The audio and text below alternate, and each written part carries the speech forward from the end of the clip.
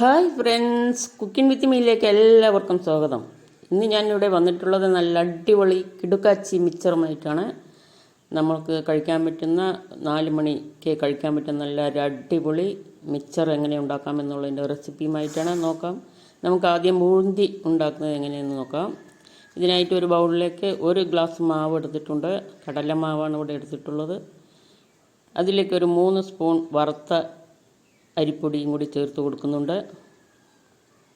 വറുത്തെടുത്ത അരിപ്പൊടി 3 സ്പൂൺ ചേർത്ത് കൊടുക്കുന്നുണ്ട്. 1 സ്പൂൺ മുളക് പൊടി, 1/4 ടീസ്പൂൺ മഞ്ഞൾപ്പൊടി, 1/4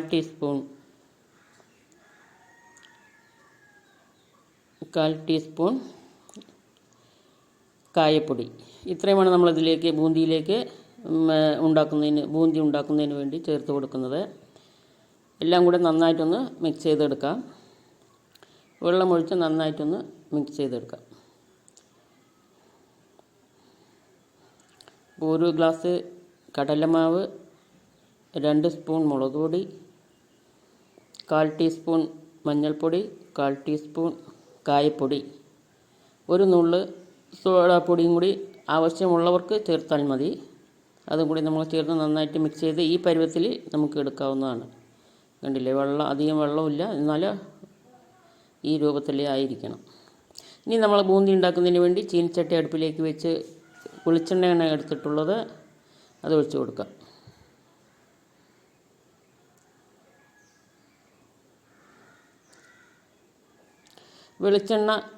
വെളിച്ചെണ്ണയിൽ വറുക്കുമ്പോൾ നല്ലൊരു ടേസ്റ്റ് നമുക്ക് കൂടുതലായി കിട്ടും. അതുകൊണ്ട് തന്നെ വെളിച്ചെണ്ണ ഏറ്റവും നല്ലത്.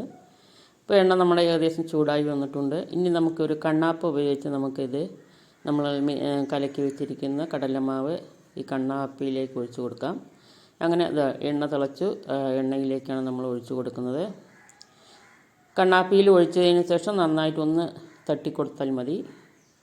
അതെല്ലാം ഇതുപോലെ എണ്ണയിൽ തന്നെ അങ്ങനെ വീഴും. കണ്ടില്ലേ, ചെറുതായിട്ട് നമുക്കൊന്ന് തട്ടി കൊടുക്കുകയാണ് ചെയ്യുന്നത്. അങ്ങനെ ഇതിപ്പോൾ നമ്മുടെ കണ്ടപ്പോൾ ബൂന്തിയെല്ലാം ഏകദേശം റെഡിയായി വന്നിട്ടുണ്ട്. ഇനി നമുക്കത് ഒന്ന് കോരി എടുക്കാം. ഒന്ന് നന്നായിട്ട് തിരിച്ചു മറിച്ച് ഇളക്കിയതിന് ശേഷം കോരിയെടുക്കാം.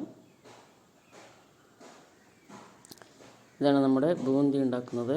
കണ്ടില്ലേ, ഇനി ഒരു പ്രാവശ്യം കൂടി നമ്മൾക്ക് ഇതുപോലെ കണ്ണാപ്പിയിൽ ഒഴിച്ച് നമുക്ക് ഒരു പ്രാവശ്യം കൂടി നമുക്ക് വറുത്തെടുക്കാം.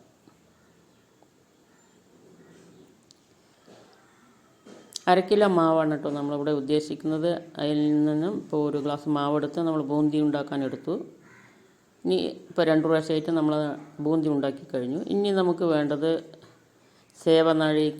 സേവയിലേക്കുള്ള മാവാണ്. അതെങ്ങനെയാണെന്ന് നോക്കാം. ഇവിടെ 3 ഗ്ലാസ് മാവ് എടുത്തിട്ടുണ്ട്. ഏകദേശം വലിപ്പമുള്ള 3 ഗ്ലാസ് മാവാണ് എടുത്തിട്ടുള്ളത്.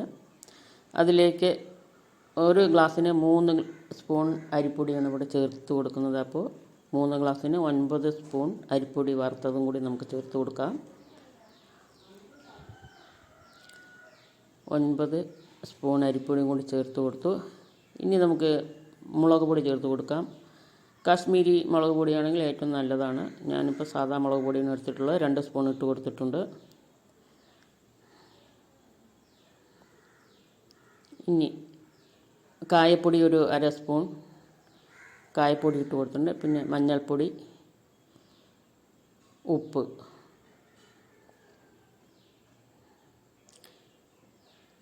മഞ്ഞൾപ്പൊടി, കായപ്പൊടി, മുളക് പൊടി, ഇത്രയുമാണ് നമ്മൾ സേവയിലേക്ക് നമ്മൾ എടുക്കുന്നത്. സേവ ഉണ്ടാക്കുന്നതിന് വേണ്ടി എല്ലാം കൂടെ നന്നായിട്ടൊന്ന് മിക്സ് ചെയ്ത് എടുക്കുകയാണ്.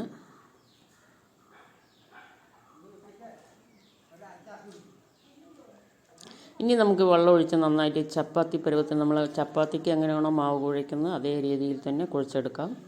കുറേശ്ശെ വെള്ളമൊഴിച്ച് നന്നായിട്ട് എല്ലാം മിക്സ് ചെയ്ത ശേഷം നന്നായിട്ട് കുഴച്ചെടുക്കാം.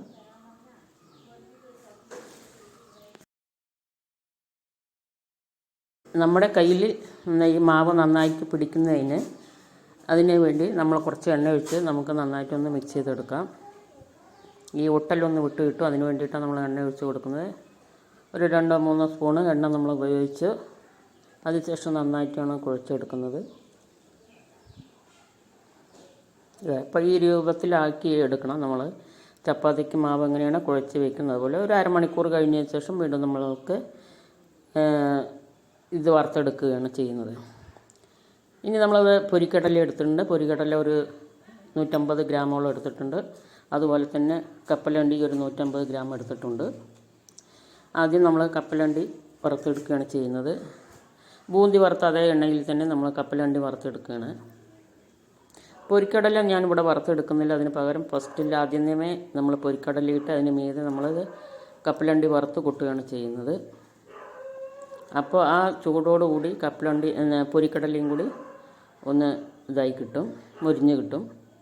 രണ്ടല്ലേ പൊരിക്കടല നമ്മൾ ആദ്യം കൊട്ടി അതിന് ശേഷം വീണ്ടും കപ്പലണ്ടി വറുത്ത് അതിൽ കൊട്ടുകയാണ് ചെയ്യുന്നത്.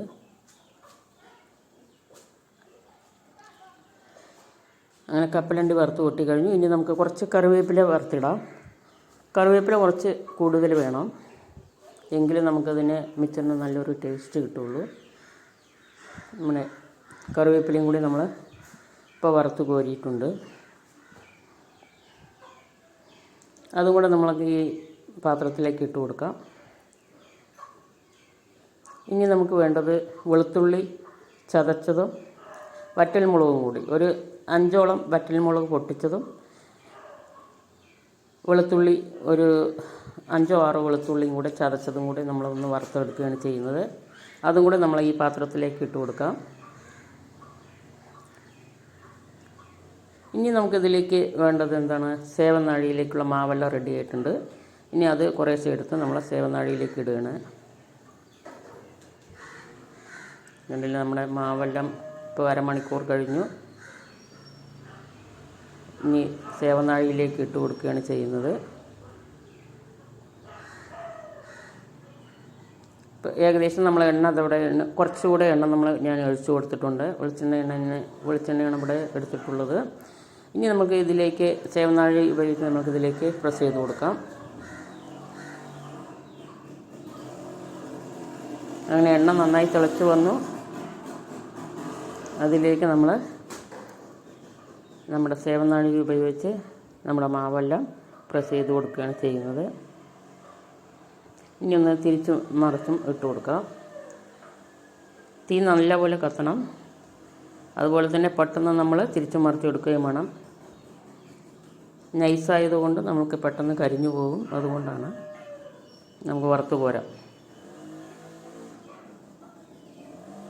ഇതുപോലെ നമ്മൾ മിക്സാക്കി വെച്ചിരിക്കുന്ന മാവ് എല്ലാം തന്നെ ഇതുപോലെ വറുത്ത് കോരുകയാണ് ചെയ്യുന്നത്. ഇനി ഒരു 2 പ്രാവശ്യം കൂടി നമ്മൾക്ക് ഇതുപോലെ പ്രസ് ചെയ്തതിന് ശേഷം വറുത്ത് കോരാവുന്നതാണ്. കണ്ടില്ലേ, ഇപ്പം നമ്മളെല്ലാം വറുത്തത് പൊരിക്കടല വറുത്തിട്ടില്ല, കപ്പലണ്ടി, അതുപോലെ കറിവേപ്പില, വറ്റൽമുളക്. ഇനി നമ്മൾ വറുത്ത് വെച്ചിരിക്കുന്ന ബൂന്തി നമ്മളതിൽ കൊട്ടുന്നുണ്ട്. ബൂന്തിയും അതോടൊപ്പം തന്നെ സേവനാഴി ഉപയോഗിച്ചത് സേവയും കൂടി ഇതിലേക്ക് ഇട്ടിട്ട് നമ്മൾ നന്നായിട്ടൊന്ന് മിക്സ് ചെയ്തെടുക്കുകയാണ് ചെയ്യുന്നത്.